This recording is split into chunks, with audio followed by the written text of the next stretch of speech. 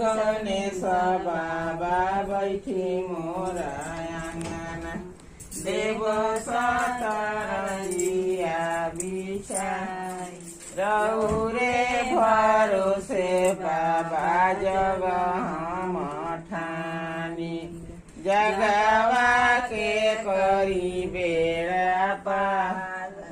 जगवा के करी बेड़ा पार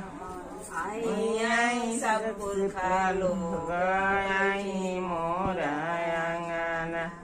देव